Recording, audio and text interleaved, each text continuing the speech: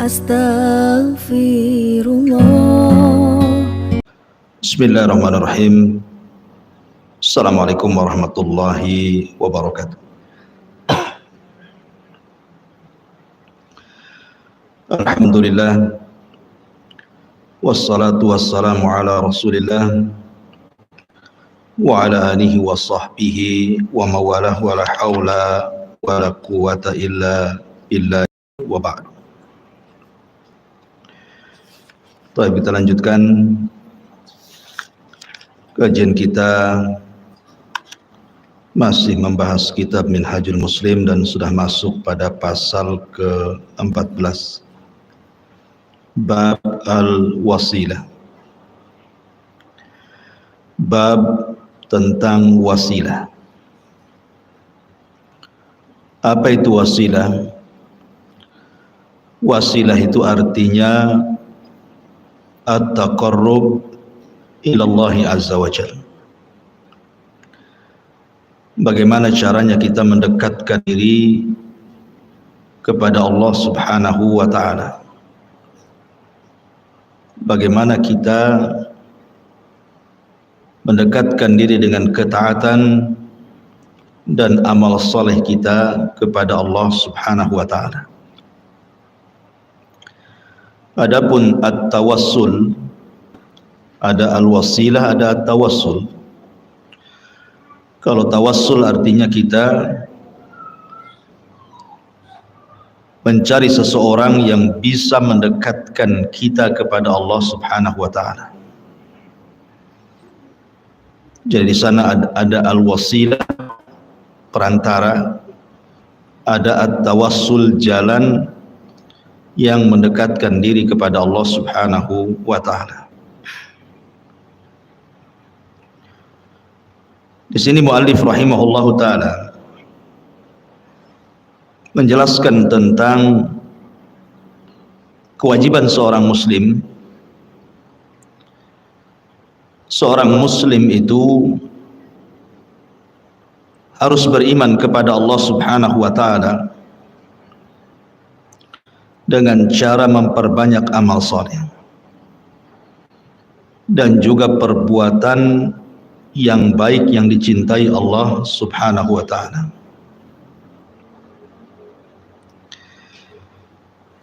Karena hidup di dunia ini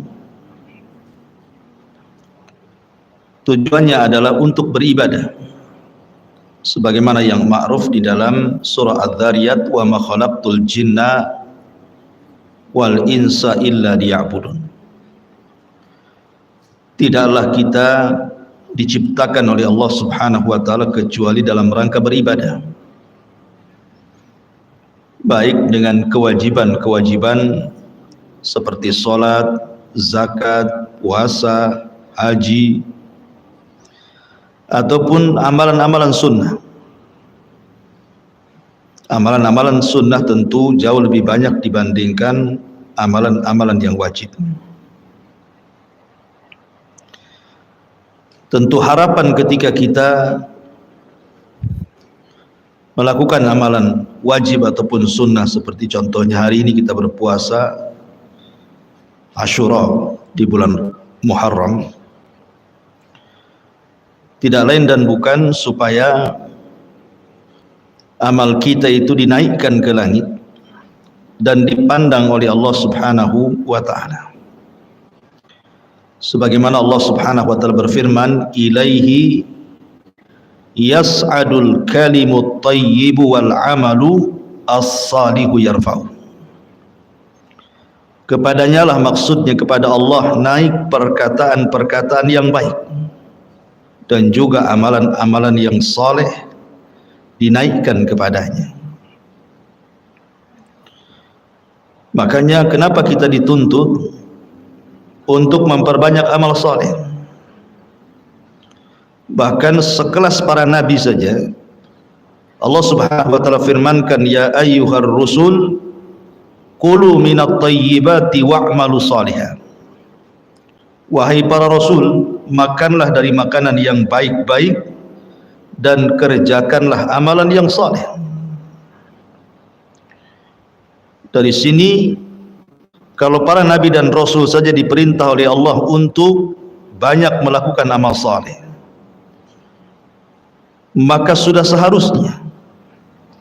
seharusnya kita mengikuti jejak para nabi dan rasul memperbanyak amal saleh. Makanya di sini Allah Subhanahu wa taala mengatakan, wa khalnahu fi rahmatina innahu min ibadina salihin. Dan kami masukkan dia ke dalam rahmat kami karena sesungguhnya dia termasuk orang-orang yang saleh. Artinya amal saleh itu penyebab datangnya kasih sayang Allah kepada kita. Dan rahmat itu sangat dihajatkan. Sangat dihajatkan sekali kepada kita, terutama nanti di akhirat. Karena penentuan masuk surga dan tidaknya seseorang itu ditentukan dengan rahmat yang Allah anugerahkan kepada kita. Orang masuk surga itu bukan karena amalan, tetapi karena rahmat, dan datangnya rahmat itu karena amal soleh. Nah, di antara faedah amal soleh itu, kita bisa menjadikan amal soleh itu wasilah ataupun dijadikan tawassul kita, perantara kita berhubungan dengan Allah Subhanahu wa taala. Dahulu Nabi SAW pernah bercerita, ada 3 orang yang masuk ke dalam gua. Tiba-tiba 3 orang ketika dalam gua itu, pintu guanya tertutup, langsung roboh gitu ya, batu-batunya kemudian menutup pintu gua. Sehingga kemudian 3 orang ini sudah berusaha keluar tapi tidak bisa. Berusaha membuang batu, mendorong batu, tapi apalah daya, mereka tidak punya kekuatan untuk menggeser pintu gua. Akhirnya kemudian sebagian mereka berkata kepada sebagian yang lain, bagaimana kalau kita tawassul saja, meminta kepada Allah Subhanahu wa taala dengan amal saleh yang kita lakukan. Boleh jadi dengan seperti itu Allah akan menolong kita.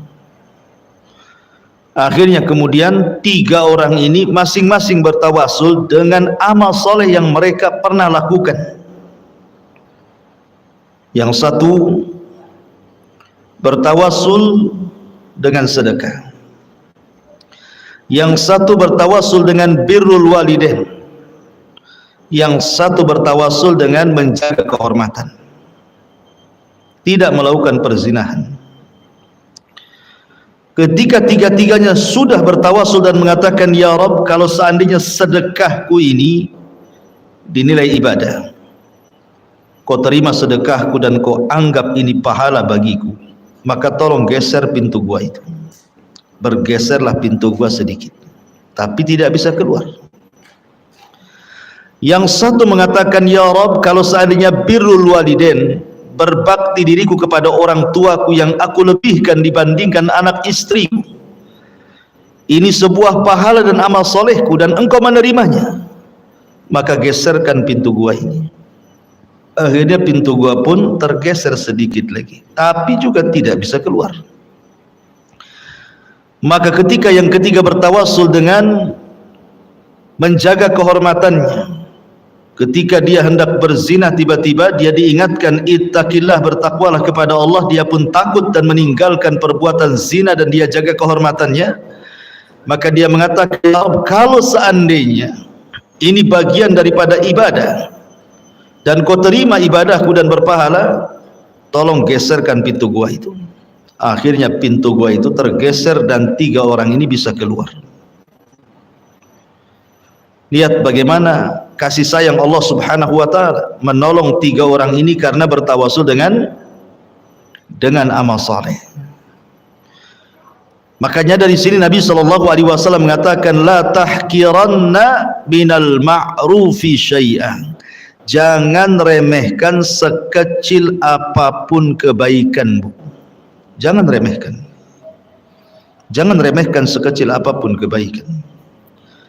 Walaupun hanya ibu datang dari sini, pulang ataupun tadi berangkat dari rumah ke tempat pengajian di sini, melihat ada paku di jalan, kemudian kita berpikir nih paku kalau tidak dihindarkan orang akan terkena, bahaya nih. Turun, ambil paku, buang ke pinggir. Itu kan remeh. Tetapi amalan-amalan seperti ini terkadang lebih ikhlas dan lebih diterima oleh Allah Azza wa Jalla, sehingga kita bisa gunakan untuk bertawassul kepada Allah Subhanahu wa taala di saat seseorang itu terkena musibah. Karena Allah mengatakan wa tilkal ayyam nudawiluha bainan nas. Hari-hari itu kan berputar, Bu. Kadang senang, kadang susah.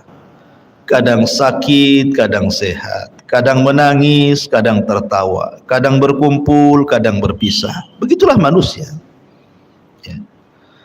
Sehingga pada saat-saat kita sedang sulit, pada saat-saat kita sedang sedih, saat-saat kita sedang susah, saat-saat kita dapat musibah, kita gunakan tawasul ini agar Allah Subhanahu wa taala mengangkat musibah dan kesusahan kita. Itulah pentingnya amal soleh dalam bab tawasul ini. Pamannya seandainya ibu sedang sakit, kemudian tidak punya biaya, ini kalau dioperasi sekian, kalau hanya ngonsumsi herbal tak juga kunjung sembuh.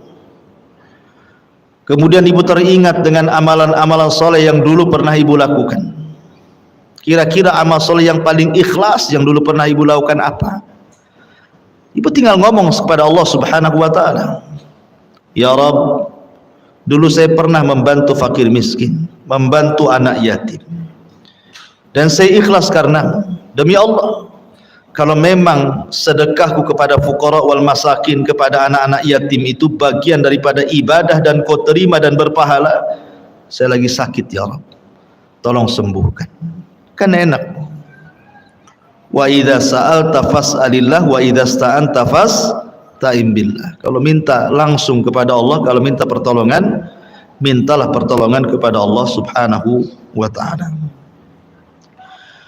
Allah Subhanahu wa taala berfirman di sini, ya ayyuhalladzina amanu ittaqullaha wabtaghu ilaihil wasilah. Wahai orang-orang yang beriman, bertakwalah kepada Allah dan carilah jalan yang bisa mendekatkan diri kepada Allah. Kemudian Allah juga mengatakan ulaika alladzina yad'una yabtaguna ila rabbihimul wasilah ayyuhum aqrab. Orang-orang yang mereka seru itu, mereka sendiri mencari jalan kepada Rabb mereka, siapa di antara mereka yang akan lebih dekat kepada Allah Subhanahu wa taala. Dari dua ayat ini Allah Subhanahu wa taala mengajarkan kepada kita pentingnya kita mencari wasilah, mencari hal-hal yang bisa mendekatkan diri kepada Allah. Wasilah itu saya katakan at-taqarrub ilallah, mencari jalan untuk mendekatkan diri kepada Allah. Gimana caranya? Karena kelak orang-orang yang sudah meninggal dunia, seandainya ada orang meninggal dunia, lah orang-orang yang di kuburan itu, orang-orang yang sudah meninggal setelah kita, mereka pun sibuk, apalagi kelak pada hari kiamat, mereka pun sibuk mencari wasilah, siapa di antara mereka yang dekat dengan Allah Subhanahu wa taala. Tapi kan di akhirat bukan yaumul amal, Bu, bukan hari kita beramal, tapi hari akhirat itu yaumul hisab, hari kita dihisab, sehingga tidak memungkinkan lagi kita ini beramal soleh layaknya di dunia, karena di akhirat sudah tidak ada kewajiban salat, tidak ada kewajiban ini dan itu dari ibadah, sehingga nilai kedekatan seseorang dengan Allah itu ditentukan ketika kedekatan kita di dunia. Ketika di dunia kita dekat dengan Allah, banyak melaksanakan salat, Karena bagaimanapun dunia ini miniatur akhirat. Siapa yang kemudian banyak berdiri di dunia, maka dia tidak akan banyak berdiri di akhirat. Di padang mahsyar itu kan lama berdiri untuk menunggu keputusan Allah Subhanahu wa taala. Tapi kalau dia sudah menggantikan berdiri di akhirat dengan berdiri di dunia, memperbanyak solat sunnah setelah melaksanakan wajib, dan dia terus memburu solat-solat sunnah, solat malamnya, solat witirnya, solat duhanya, solat tahiyatul masjidnya, dan solat-solat yang lainnya, berdiri karena Allah di dunia, maka dia tidak akan banyak berdiri di akhirat. Tapi orang yang jarang berdiri di dunia, maka dia akan lama berdiri di akhirat, karena harus mempertanggungjawabkan semua yang dilakukan di dunia. Ma'asyiral muslimat, makanya ma'asyiral muslimat yang dimuliakan Allah Azza wa Jalla, makanya di sini pentingnya kita ini mencari wasilah, mencari cara atau jalan yang bisa mendekatkan diri kepada Allah Subhanahu wa taala. Caranya gimana? Bicara tentang tawassul ataupun wasilah, ulama membolehkan 3 perkara yang disepakati berdasarkan pendapat Syekhul Islam Ibn Taimiyah, Al-Imam Ibnul Qayyim, dan para ulama muasirin juga, bahwa ada 3 hal kalau kita bicara tentang at-tawassul dan juga al-wasilah ini.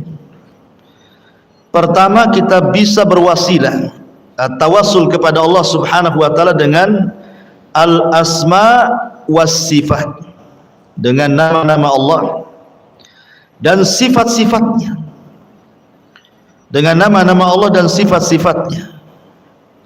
Bertawassul kepada Allah Subhanahu wa taala, kita meminta dengan nama-nama Allah dan sifat-sifatnya kepada Allah Subhanahu wa taala untuk sesuatu yang kita hajatkan. Makanya dalam hadis Nabi sallallahu alaihi wasallam, apabila seseorang singgah di sebuah tempat yang menakutkan supaya tidak diganggu oleh jin yang jahat, apa kata Rasul? Kita disuruh membaca a'udzu bikalimatillahi tammati min syarri ma khalaq. Aku berlindung kepadamu ya Rabb dari kalimat-kalimat yang sempurna, artinya Al-Quran, dan mencakup nama-nama dan sifat bagi Allah Azza wa Jalla di dalamnya. A'udzu bikalimatillahi tammati min syarri ma khalaq. Dari apa? Dari keburukan makhluk yang kau ciptakan. Ya. Jadi ibu kalau sedang berdoa meminta sesuatu kepada Allah, jangan tinggalkan asmaul husna, nama-nama yang baik. Pamannya ibu mengatakan as'alukallah bi asma'ikal husna wa sifatikal ula. Aku meminta kepadamu ya Rabb dengan nama-namamu yang indah, dengan sifat-sifatmu yang tinggi. Antar Rahman, Antar Rahim, Engkau zat yang maha penyayang dan pengasih. Wa Antar Razzaq, dan Engkau maha pemberi rizki. Urzuqni, berikan rizkimu kepadaku. Jadi kita bertawassul dengan nama-nama Allah, meminta kepada Allah Subhanahu wa taala dan sifat-sifatnya. Ataupun yang kedua, bertawassul dengan amal saleh. Bertawassul dengan amal-amal saleh, baik berupa kecintaan kita kepada Allah atau kecintaan kita kepada Rasul sallallahu alaihi wasallam, sebagaimana Allah berfirman, "Qul in kuntum tuhibbunallaha fattabi'uni yuhibbukumullah wa yaghfir lakum dzunubakum." Katakan ya Muhammad, jika kamu benar-benar mencintai Allah, maka ikutilah aku, niscaya Allah mengasihi dan mengampuni dosa-dosa.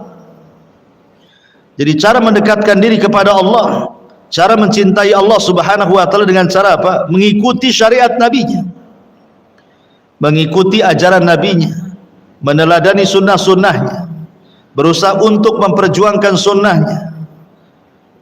Karena itu jalan tawassul yang paling cepat. menuju Allah Subhanahu wa taala dengan mengikuti sunnah Nabi sallallahu alaihi wasallam. Dan tentang masalah amal soleh, tawassul dengan amal soleh tadi saya sudah berikan contohnya. Orang-orang yang terjerembab di dalam gua, akhirnya Allah keluarkan karena tawassul mereka dengan amal soleh. Atau yang ketiga, tawassul dengan doa orang-orang soleh. Apakah orang-orang soleh ini ahlul bait? Maksudnya dari keluarga Nabi sallallahu alaihi wasallam, turunan Nabi sallallahu alaihi wasallam. Kita datang kepada mereka, kita minta doanya. Atau orang-orang soleh ini selain daripada keluarga Rasul, tidak ada masalah. Karena Nabi sallallahu alaihi wasallam sudah mencontohkan itu kepada kita. Bagaimana para sahabat minta kepada Rasul untuk didoakan kebaikan, baik untuk kesembuhan penyakit ataupun untuk yang lainnya. Contoh, di zaman Nabi sallallahu alaihi wasallam ada wanita berkulit hitam, punya penyakit ayan. Kalau seandainya dia datang tuh penyakitnya, Bu, terkadang tidak sadar, kemudian guling-guling, terkadang tersingkap auratnya. Maka dia datang kepada Nabi sallallahu alaihi wasallam, ya Rasulullah, inni usra wa inni atakasyaf. Ya Rasulullah, sesungguhnya saya terkena penyakit, dan saya ini kalau terkena penyakit atakasyaf, selalu tersingkaplah aurat-auratku, malulah aku jadinya. Ud'ullahu li, ud'ullaha li, berdoalah kau kepada Allah untukku, agar Allah Subhanahu wa taala menghilangkan penyakitku. Maka Nabi sallallahu alaihi wasallam memberikan dua pilihan kepada wanita itu dan mengatakan, kalau kau mau, aku akan berdoa kepada Allah untuk kesembuhan penyakitmu. Tetapi kata Nabi sallallahu alaihi wasallam, in sabarti falakil jannah. Tapi kalau engkau mau sabar, maka engkau akan mendapatkan hadiah surga. Akhirnya wanita ini memilih surga. Gak apa-apa dia penyakitnya tidak hilang, tetapi dia meminta kepada Rasul untuk didoakan kalau datang penyakit itu dia tidak bongkar-bongkar aurat. Maka Rasul mendoakan supaya dia tidak tersingkap auratnya, tapi tidak mendoakan kesembuhannya, karena wanita itu adalah wanita cerdas. Dia wanita yang ingat masa depan. Dia wanita yang bukan hanya mengejar dunia, dia tahu akhirat itu khairun wa abqa, lebih baik dan lebih kekal. Makanya dia memilih sabar. Idzan asbir ya Rasulullah, kalau begitu saya ingin sabar wahai Rasul. Setelah Rasul mengatakan in sabarti walakil jannah, kalau engkau sabar maka engkau dapat surga. Luar biasa. Kalau ibu-ibu di zaman sekarang mana ada.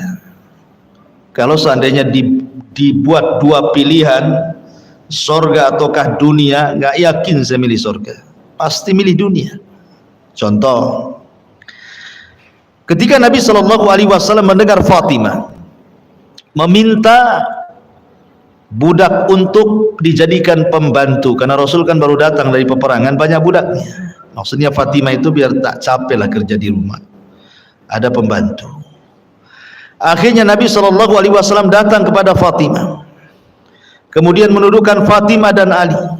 Kemudian kata Nabi sallallahu alaihi wasallam, ya Fatimah, ya Ali, maukah ku ajarkan beberapa kalimat kepadamu, dan itu lebih baik daripada engkau diberikan pembantu laki-laki dan perempuan. Kemudian kata Fatimah dan Ali, tentu wahai Rasul, apa itu? Maka Rasul mengatakan, bertasbihlah 33 kali sebelum tidurmu, bertasbihlah, bertahmidlah 33 kali sebelum tidurmu, dan bertakbilah 34 kali, artinya 100 sebelum tidurmu. Maka itu jauh dibandingkan kau mendapatkan pembantu laki-laki dan perempuan. Akhirnya Fatimah memilih doa itu. Dia memilih doa Zikir yang diajarkan Rasul sebelum tidur membaca tasbih 33, tahmid 33, takbir 34, dan tidak jadi meminta pembantu. Kalau pilihan ini saya berikan kepada ibu mau pembantu atau mau zikir? Pasti mau pembantu. Alasannya, pembantu lah Ustaz, zikir juga katanya. Karena di zaman sekarang ini dunia lebih menguasai dibandingkan akhirat. Itulah kenapa orang-orang dulu takut kalau seandainya dibentangkan dunia. Ma'asyiral muslimat yang dimuliakan Allah Subhanahu wa taala. Kembali, wanita ini ketika mendapatkan kabar in sabarti walakil jannah, kalau engkau sabar kau dapat surga. Akhirnya wanita ini mengatakan idzan asbir, kalau begitu saya milih sabarlah wahai Rasul. Lihat bagaimana wanita ini bertawassul kepada Rasul, minta doa kesembuhan, tetapi pilihannya malah bersabar karena ada hadiah surga. Lain pula wanita ini, lain pula laki-laki yang buta. Di zaman Rasul ada laki-laki yang buta. Dia datang kepada Nabi SAW minta disembuhkan butanya. Laki-laki ini tidak sabar, tidak sesabar wanita itu. Dia minta kepada Rasul untuk tetap disembuhkan. Kalau wanita ini kan ketika dikasih pilihan tak mau dia sembuh. Dia siap sabar, yang penting masuk surga. Ini pula kurang sabar yang laki-laki ini. Dia minta disembuhkan. Minta doanya kepada Allah dan dia mengatakan, ya Rasulullah, ud'ullaha li. Rasul, berdoalah kepada Allah untuk kesembuhanku, agar aku bisa melihat. Maka Nabi SAW mengatakan, kalau begitu tawadda wa salli rak'atain. Kamu harus berwudu, kemudian salat 2 rakaat. Kemudian Nabi SAW mengajarkan doa kepadanya dan disuruh dibacanya. Lihat bagaimana laki-laki ini minta doa kepada Rasul.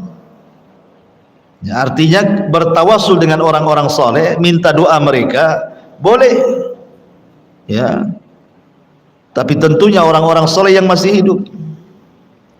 Atau contoh yang lain, seperti Nabi SAW ketika bersabda tentang seorang kibaru tabi'in. Nabi tidak pernah melihat orang ini,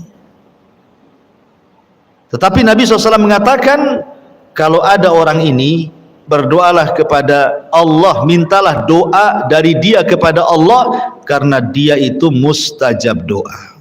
Siapa orang ini, Bu? Uwais ibn Amir al-Muradi al-Qarani al-Yamani. Uwais ibn Amir al-Qarani, atau disebut Uwais al-Qarani, seorang tabi'in.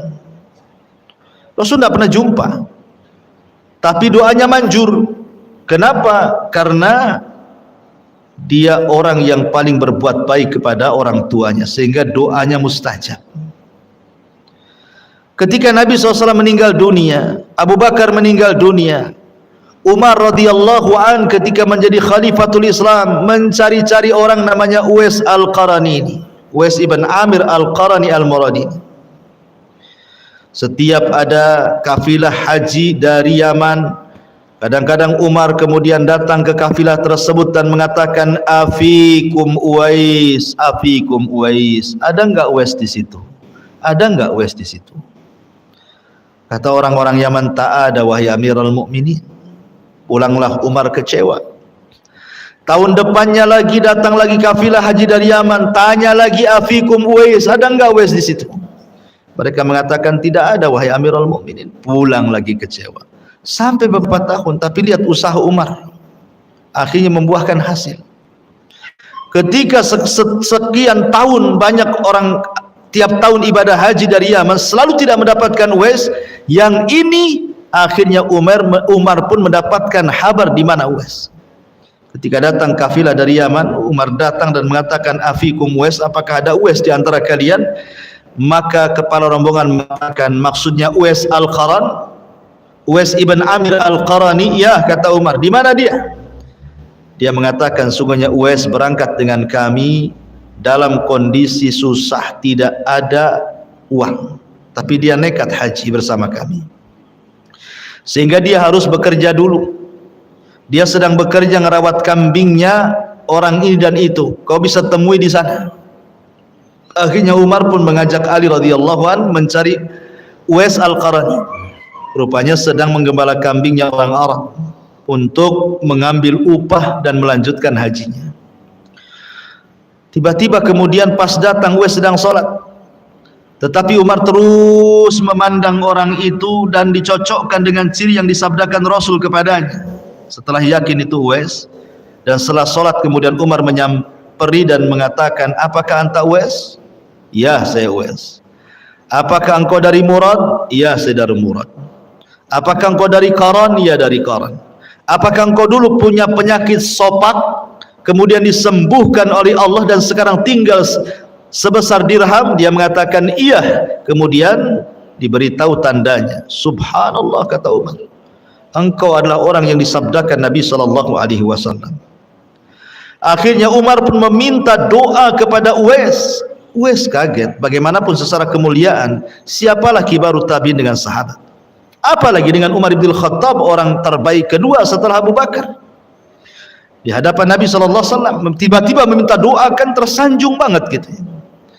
Tapi setelah Umar memastikan bahwa ini adalah anjuran Rasul, disuruh mencari kamu dan meminta doa, akhirnya Uwais pun dengan sedang segan-segan hati, dia pun mendoakan Umar bin Khattab dengan catatan jangan memberitahu siapapun. Akhirnya Uwais pun pergi ke Syam dan berjihad di sana. Lihat, ini namanya tawassul. Umar bertawassul kepada Uwais Al-Qarani, meminta doanya, padahal Uwais Al-Qarani tidak lebih mulia dibandingkan Umar. Tapi karena satu sisi ada pada diri Uwais yang tidak ada pada Umar bin Khattab, berbuat baiknya kepada orang tua luar biasa, itulah yang menjadikan mustajab doa. Atau contoh yang lain, ketika Madinah mengalami paceklik hebat, tidak ada hujan, paceklik luar biasa, sampai-sampai kemudian tanah gersing, belah, pecah, rumput pun tidak tumbuh, hewan-hewan pun kelaparan hampir mati, manusia pun sama. Akhirnya Umar bin Khattab mendatangi Abbas ibn Abdul Muttalib, disuruh untuk memimpin salat istisqa, meminta agar Abbas berdoa kepada Allah Azza wa Jalla. Maka Abbas pun berdoa kepada Allah dalam salat istisqa, karena Umar tahu Abbas ini bagian ahli bait, keluarga Nabi SAW, pamannya. Akhirnya kemudian Abbas pun menengadahkan tangan ke langit, kemudian berdoa minta hujan, dan hujan pun turun. Lihat, maka boleh tawasul itu dengan nama-nama Allah dan sifat-sifatnya, atau tawassul dengan amal soleh, ataupun tawassul dengan orang soleh yang masih hidup, baik dari kalangan ahlul bait ataupun bukan dari kalangan ahlul bait. Dan di sini muallif rahimahullahu taala menjelaskan, seperti umpamanya Allah berfirman dalam surah Al-A'raf, kata muallif dalam 180 ayat 180, walillahil asmaul husna fad'uuhu biha wadharul ladzina yulhiduna fi asma'ihi sayuzzawna ma kanu ya'malun. Hanya milik Allah lah asmaul husna, nama-nama Allah yang indah, maka mohonlah kepadanya dengan nama-nama tersebut. Artinya boleh bertawasul dengan menyebut nama-nama Allah dan sifat-sifat Allah Subhanahu wa ta'ala. Termasuk juga bertawasul dengan amal saleh yang sudah saya jelaskan, ataupun bertawasul dengan orang-orang saleh yang masih hidup, kita minta doa mereka, kita minta supaya mereka mau mendoakan kita, seperti kasusnya Umar datang kepada Abbas, Umar datang kepada Uwais ibn Qaran gitu ya. Atau kasusnya ketika seseorang wanita yang tadi saya katakan kena ayan kemudian minta disembuhkan kepada Rasul, atau seorang laki-laki yang buta yang ingin disembuhkan di hadapan Rasul. Itu maksudnya Rasul mencontohkan boleh kita datang kepada orang soleh, kepada orang yang berilmu, kemudian meminta doa mereka. Karena Allah Subhanahu wa taala itu suka dengan kita. Suka dengan kita. Kalau kita beramal saleh, maka Allah Subhanahu wa taala akan jauh lebih dekat lagi kepada kita. Kalau ibu beramal saleh umpamanya satu jengkal atau satu jengkal, maka Allah akan datang menyambut amal saleh kita satu hasta. Kalau kita datang kepada Allah dengan amal saleh kita umpamanya satu hasta, maka Allah Subhanahu wa taala akan mendekati kita satu depak lebih panjang lagi. Dan kalau kita datang dengan amal soleh kepada Allah dengan cara berjalan, maka Allah akan menyambut amal soleh kita dengan cara berlari. Dan itu disabdakan oleh Allah dalam sebuah hadis qudsi. Allah Subhanahu wa taala berfirman, wa in taqarraba minni shibran taqarrabtu ilaihi dhira'an wa in taqarraba ilayya dhira'an taqarrabtu minhu ba'an wa in atani yamshi ataituhu harwalatan. Dan sekiranya ia mendekatkan diri kepadaku sejengkal, maka aku dekat kepadanya sehasta. Kalau dia dekat kepadaku sehasta, aku akan dekat kepadanya sedepak. Kalau seandainya dia datang sambil berjalan, ku datangi dia sambil lari.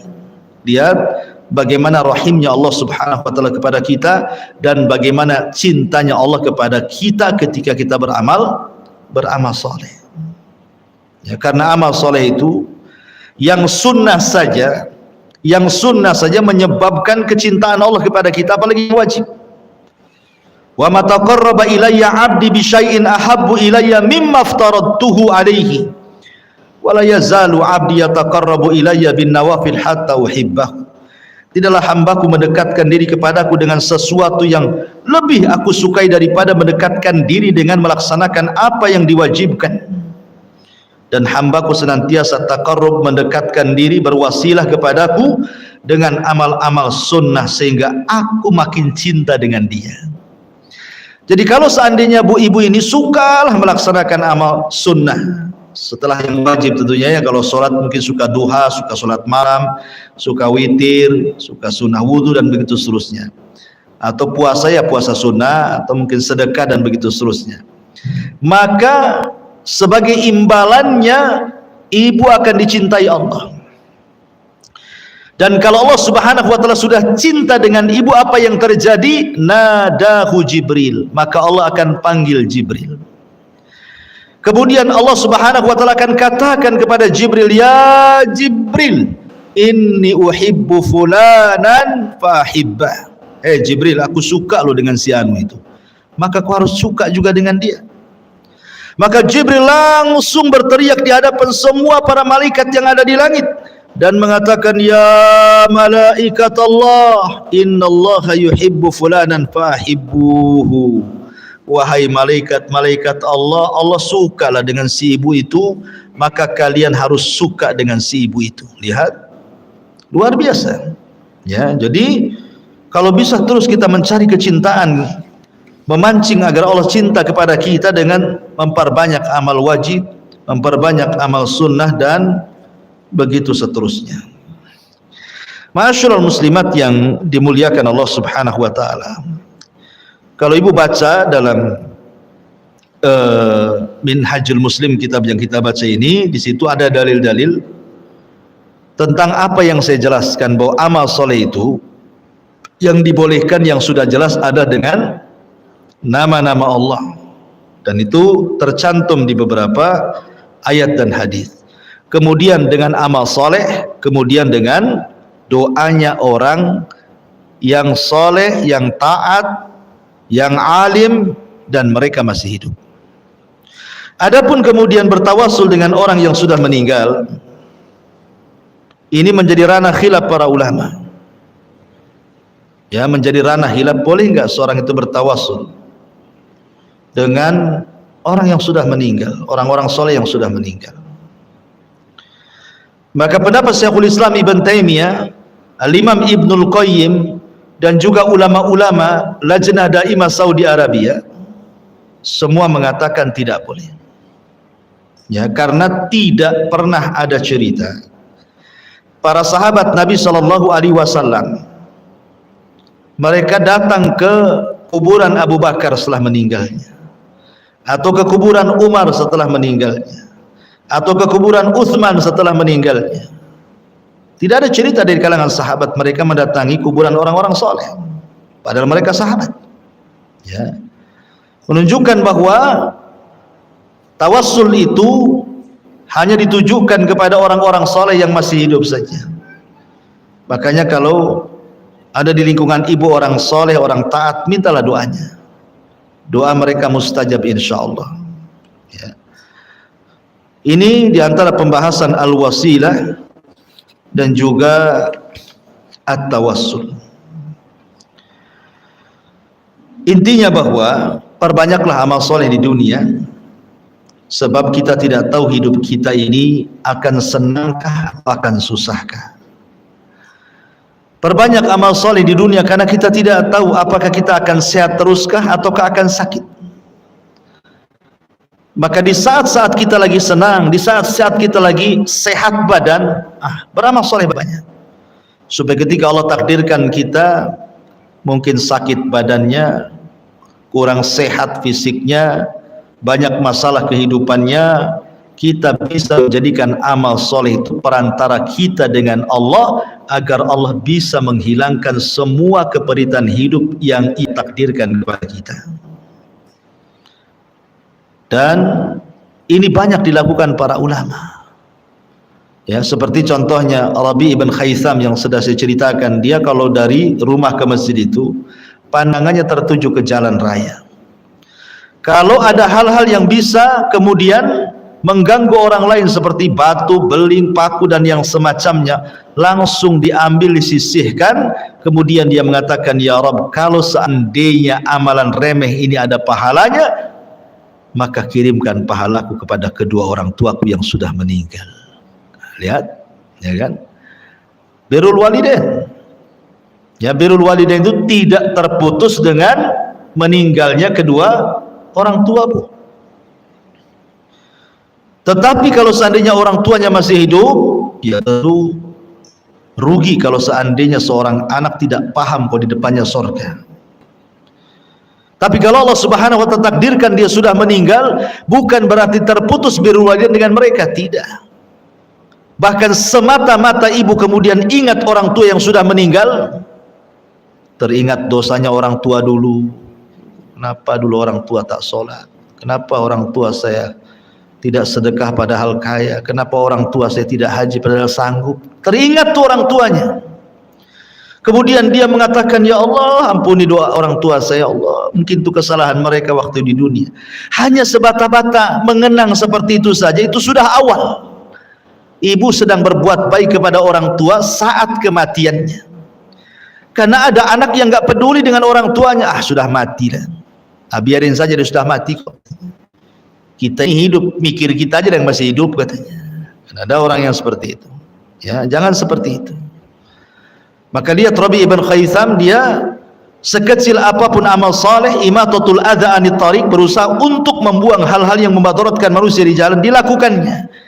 Digunakan untuk tawassul bagi dia dengan Allah agar orang tuanya diluaskan kuburnya, orang tuanya diampuni dosanya, dan begitu seterusnya. Maka tawassul itu penting.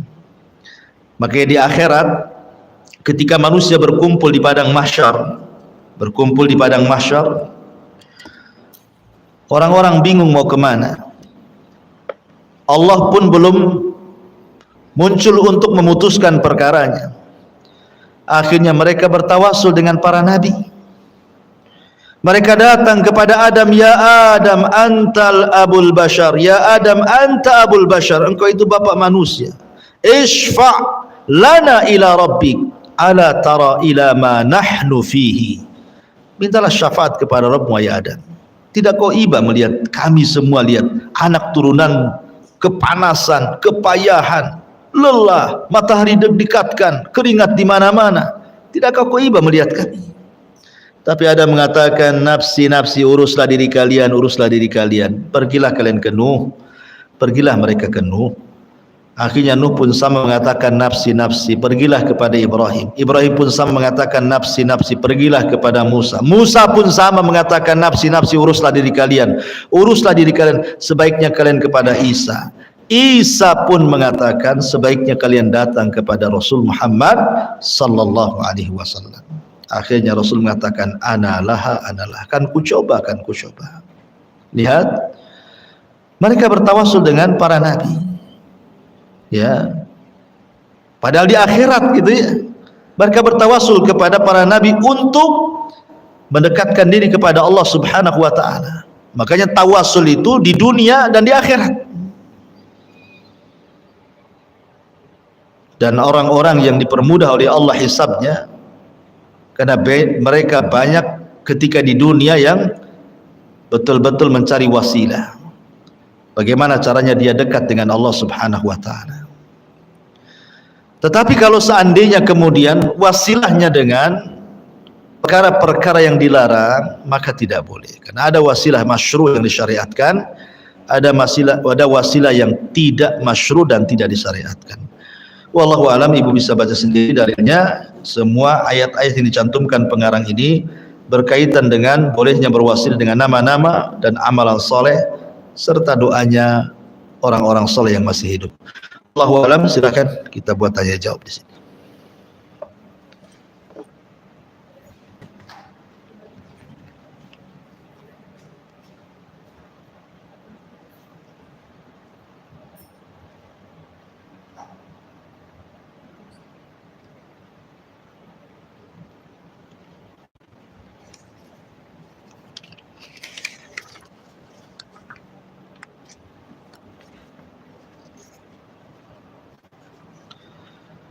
Bismillah. Assalamualaikum Ustaz. Afwan mau tanya bagaimana cara bertawakal yang benar. Apakah seperti niat dalam hati syukran wa jazakumullah khairan? Na'am. Tawakal itu artinya i'timadul qalbi ila rabbi. Menyandarkan hati hanya kepada Allah Subhanahu wa taala. Dan tawakal itu adalah seafdal-afdalnya tauhid. Ibrahim alaihi salatu wassalam, ketika dia hendak dilempar ke api yang menyala, apa kata Ibrahim? Hasbunallah wa ni'mal wakil. Cukuplah Allah bagiku, karena dia sebaik-baik pelindung bagiku. Hasbunallah wa ni'mal wakil. Lihat bagaimana Ibrahim bertawakal kepada Allah. Ketika Ibrahim bertawakal kepada Allah, apa hasilnya? Ya naru kuni bardan wa salaman ala Ibrahim. Wahai api, jadilah kau dingin, selamatkan Ibrahim. Lihat buah tawakal, datang keselamatan kepada Ibrahim. Ketika para sahabat Nabi SAW kalah dalam perang Uhud, kemudian mereka pulang ke Madinah, tiba-tiba ada kabar hoax yang sampai kepada Rasul dan para sahabatnya bahwa musuh akan datang dengan pasukan yang sangat besar. Kemudian Nabi SAW mengajarkan kepada para sahabat, hasbunallah wa ni'mal wakil. Cukuplah Allah, karena dia sebaik-baik pelindung. Wallahu khairun hafidha. Dialah Allah sebaik-baik penjaga dan pelindung. Tawakal itu adalah sifatnya para nabi. Tawakal itu sifatnya para muwahhidin ahli tauhid. Makanya Nabi SAW mengatakan, lau antum tatawakkaluna 'ala Allah haqqa tawakkuli la ruziktum kama yurzaqut tayr yaghdu himasan wa taruhu bitana. Kalau sekiranya kalian betul-betul tawakal kepada Allah Subhanahu wa taala dengan sungguh-sungguh tawakal, kata Rasul, tentu kalian akan diberikan rizki seperti Allah memberikan rizki kepada burung, di mana keluar dalam posisi lapar, pulang pula sudah kenyang. Masalahnya terkadang tawakal burung beda pula dengan tawakal kita. Burung anaknya ada yang 2, ada yang 3, ada yang 5, ya Bu, tergantunglah. Kalau kita kan jarang orang lahiran kembar itu, rata-rata 1, nanti tahun depan 1 lagi kan, itu yang kerap. Lihat burung itu tidak peduli, dia main keluar saja, ngikut instingnya dia. Keluar lapar, pulang pula dah kenyang, dia bisa ngasih makan anak-anaknya. Siapa yang mengarahkan burung? Allah. Manusia punya akal, burung tidak punya akal. Kalau seandainya kemudian kepala kita diganti kepala burung, gila lah kita, tak ada akal. Harusnya yang berakal itu lebih pandai untuk tawakal dibandingkan burung yang tidak berakal, yang hanya mengandalkan insting.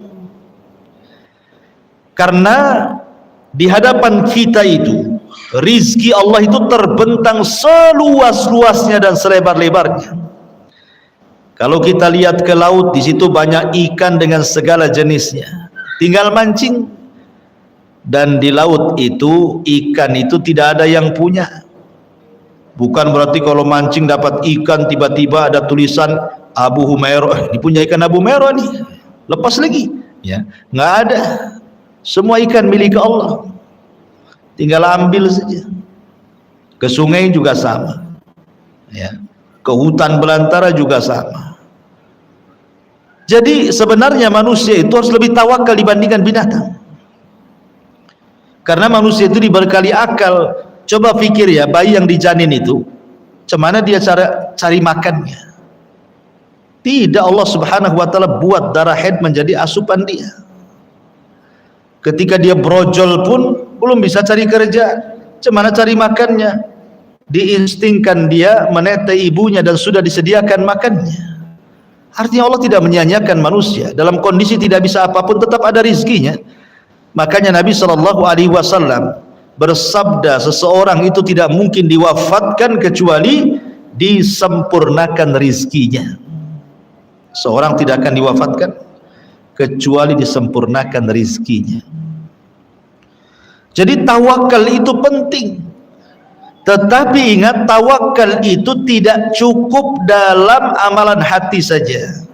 Ada yang disebut dengan akhdu bil asbab namanya, ya, mencari sebab. Ibu kemudian di mihrab, di musola khusus di rumah gitu ya, berdoa terus, ya Allah berikan rizki kepadaku, sini masih ngontrak, tolonglah berikan rizki agar aku bisa beli tanah, agar aku bisa beli rumah, agar tidak ngontrak terus kan, itu ya doanya itu. Tawakal itu bagus tuh, karena menyandarkan diri kepada Allah kan, ya. Tapi tidak bergerak-gerak. Suaminya nganggur dibiarkan saja, suaminya tidur dibiarkan saja. Harusnya kan dioyak-oyak, bang saya sudah berdoa kepada Allah, pergilah sana kerja kan, itu ya. Mudah-mudahan sebab doa ini pekerjaan abang menjadi mudah dan bisa terkabulkan rencana kita. Kan harus begitu, ada sebab, ada doa, ya. Jadi semua itu ada akhdu bil asbab, dan itu Rasul contohkan ketika Isra Mi'raj. Tawakal saja tidak cukup, padahal kalau Rasul mau ketika peristiwa hijrah itu seperti peristiwa Isra Mi'raj kan, naik buraq dari Masjidil Haram ke Masjidil Aqsa, buatlah kayak gitu. Rasul naik buraq dari Masjidil Haram ke Madinah, gak mungkin dikejar-kejar sama musuh, sementara dia sampai Madinah. Tapi Allah tidak buat seperti itu, supaya mengajarkan umatnya bahwa dalam tawakal itu ada asbab, ada akhdu bil asbab, mencari sebab, ya. Jadi pamannya ibu sakit, ya Allah sembuhkan, ya Allah sembuhkan, tapi tidak mau minum obat, ya mati jadinya. Ya kalau memang ingin sembuh, cari sebab juga, ya Allah sembuhkan saya, datang ke dokter, beli obat, datang ke herbalis, beli herbal kan itu. Tapi jangan datang ke dukun, ya itu cari sebabnya yang haram, tak boleh. Jadi sebab yang halal. Jadi tawakal itu tidak benar kalau dengan hati saja, tapi ada akhdhu bil asbabnya. Kemudian bagaimana pentingnya duduk di majelis ilmu bagi muslimah? Karena hari-hari ini sudah banyak kajian online, maka banyak yang memilih menghadiri kajian online saja. Kan itu. Ya dua-duanya baik, online ya baik, offline ya baik. Cuman kan beda Bu ya. Orang yang duduk di majelis ilmu, orang yang duduk di majelis ilmu dengan yang ngaji online itu beda. Pertama beda rasa, ya kan? Nabi SAW mengatakan, "Qumu maghfuran lakum." Berdirilah kalian dan kalian sudah diampuni dosa-dosa kalian. Allah sudah mengganti keburukan kalian dengan kebaikan. Kapan Rasul katakan? Apabila bubar majelis. Jadi kalau Nabi SAW sudah buat majelis, kemudian selesai ngaji nih, apa kata Rasul? Qumu maghfuran lakum. Bubar kalian, kalian sudah diampuni dosa-dosa kalian. Subhanallah. Hanya semata-mata duduk di majelis ta'lim, hanya semata-mata duduk di majelis ta'lim, lihat kesudahannya. Setelah ibu ngaji seperti ini, pulang dosa diampuni loh. Apa ini didapat lewat kajian online? Enggak. Karena orang yang ngaji online itu rata-rata tidak beradab, tidak ada adabnya. Adab thalabul ilminya tidak ada kan. Coba Bu ya di rumah, ibu tengok kajian saya lagi ngaji, enak aja sambil minum cincau, sambil makan jengkol, sambil rebahan, itu kan. Dikeraskan suaranya sambil mandi, lah ini gimana kan? Coba, nggak bisa. Nanti ada mamanya datang dari depan gitu ya, COD gitu kan, COD dulu dilayan daripada ngaji, banyak masalah ya. Karena ngaji itu Bu, bukan bicara soal kecerdasan, bukan ibu duduk dapat ilmu pulang, bukan semata-mata itu. Tetapi dalam belajar itu ada sesuatu yang jauh lebih dibandingkan kecerdasan, bahkan 2/3 ilmu yang kita cari di majelis taklim itu adalah bukan hanya kecerdasan. Kecerdasan itu hanya 1/3 saja, tapi yang ibu cari itu 2/3. Apa itu? Adab.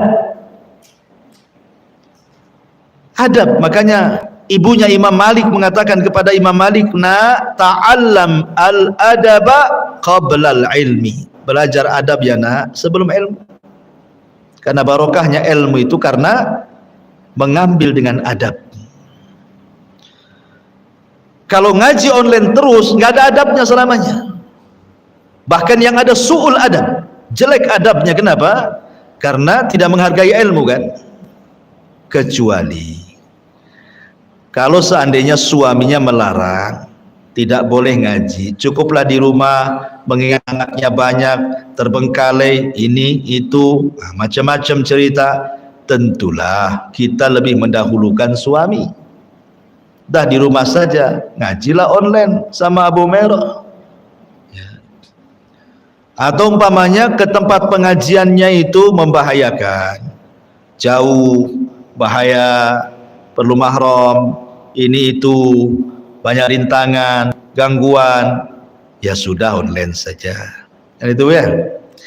Tapi kalau seandainya jaraknya dekat, bisa ditempuh dalam beberapa menit dan detik, tidak, artinya tidak membuat marah suami, dapat izin suami, tidak terbengkalai pekerjaan rumah tangga dengan ngaji kan hanya sejam, paling lama 1,5 jam gitu ya.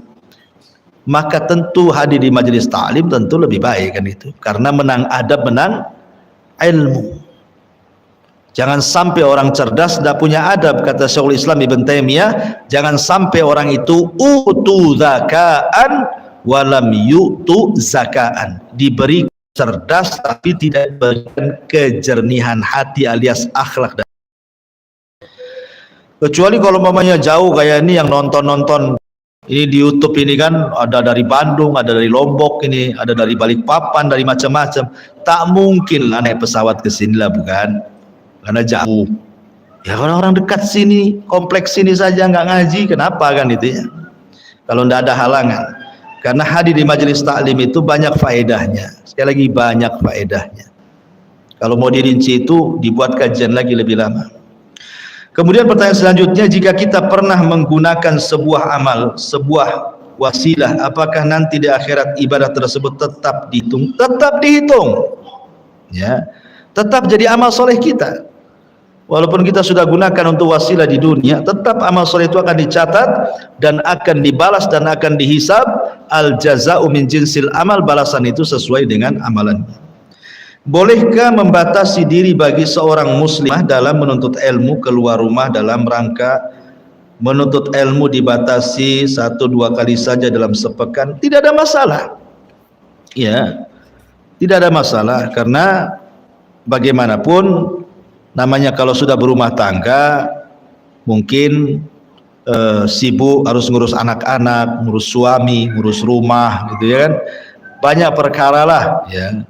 Tetapi jangan tinggalkan majelis taklim, karena sudah lihat kan Bu, umahat yang lama tidak duduk di majelis taklim ya, yang hanya sibuk, kemudian mereka duduk di depan HP, handphone, WhatsApp grup, Instagram, TikTok, apalagi sebutin satu-satu ya. Itu lihat akhlaknya akan berbeda jauh. Akan berbeda jauh. Sama-sama thalabul ilmi padahal. Tapi akhlaknya nggak bagus gitu ya. Kenapa demikian ya? Karena sekali lagi dia tidak mendapatkan adab dalam menuntut ilmu. Sehingga dalam kesehariannya pun mempengaruhi itu. Padahal terkadang dia lebih cerdas, ya kan? Terkadang mungkin majelis ilmu itu mungkin yang mengajarkan ya ustaz-ustaz biasa lah, dibandingkan ustaz-ustaz di YouTube yang sudah kibar-kibar namanya ya. Tapi dari segi akhlak, dan karena menuntut ilmu itu juga kita mencari adab dan akhlak, bukan hanya ilmu saja. Itu yang kita butuhkan sebenarnya. Ilmu itu mencerdaskan dan merubah akhlak. Karena di majelis taklim itu ketemu kawan jadi silaturahim, ya kan, senyum jadi sedekah gitu ya. Salaman dengan kawannya tergugurkan dosa-dosanya. Kemudian duduk, malaikat di atas kepala ngepak-ngepak sambil mengatakan, ya Allah ampuni orang itu, ya Allah ampuni orang ini.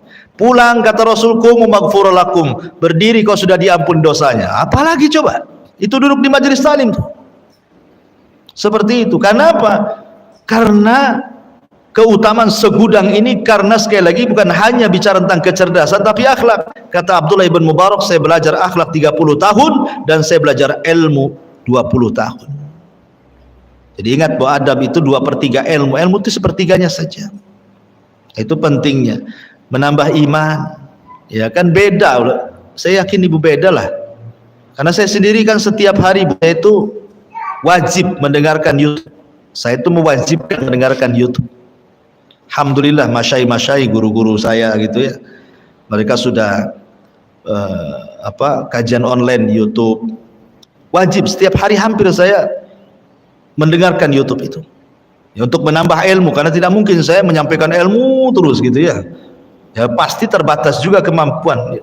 Bahkan saya wajibkan dalam satu hari itu saya mendengarkan syekh ini syekh itu gitu ya, mulai dari pagi, kadang di sela-sela tidak sibuk saya akan malam juga saya catat. Terkadang saya catat faedah-faedah mereka itu. Pokoknya setiap hari wajib ada pengetahuan. Ya. Kalau seandainya mereka ada di sini, tentu saya akan hadir di majelis mereka. Cuman kan mereka jauh ya, ada di Saudi, ada yang di Yaman gitu kan. Ya, tapi alhamdulillah sampai kepada kita. Sebenarnya media-media YouTube dan yang semacamnya itu bisa untuk wasilah menuntut ilmu, tetapi jangan tinggalkan majelis ta'lim. Ya majelis taklim, karena di zaman sekarang yang bisa membentengi diri kita ya belajar di majelis taklim atau di rumah gitu ya. Wallahu a'lam. Ya tapi kan hukumnya kan bukan seperti sholat waktu. Semua pengajian ikut ya Anda. Ya kan ada prioritas, ada aulawiyat namanya ya. Kalau di rumah memang ibu lagi dibutuhkan anak-anak dan suami bertepatan dengan jam ngaji, jangan ngaji. Dahulukan anak-anak dan suami itu lebih wajib. Suami udah kerja, anak-anak udah sekolah, ngapain ya di rumah? Hadir, kan apa susahnya? Selama kemudian menjaga perjalanan dari rumah ke majelis taklim, menjaga aurat, ya, tidak menggunakan parfum, tidak memfitnah dan begitu seterusnya lah. Jadi itu ibu udah paham lah tentang adab-adab keluar wanita itu. Wallahu a'lam. Baik, kalau tidak ada kita tutup. Mudah-mudahan ada manfaat. Subhanallah,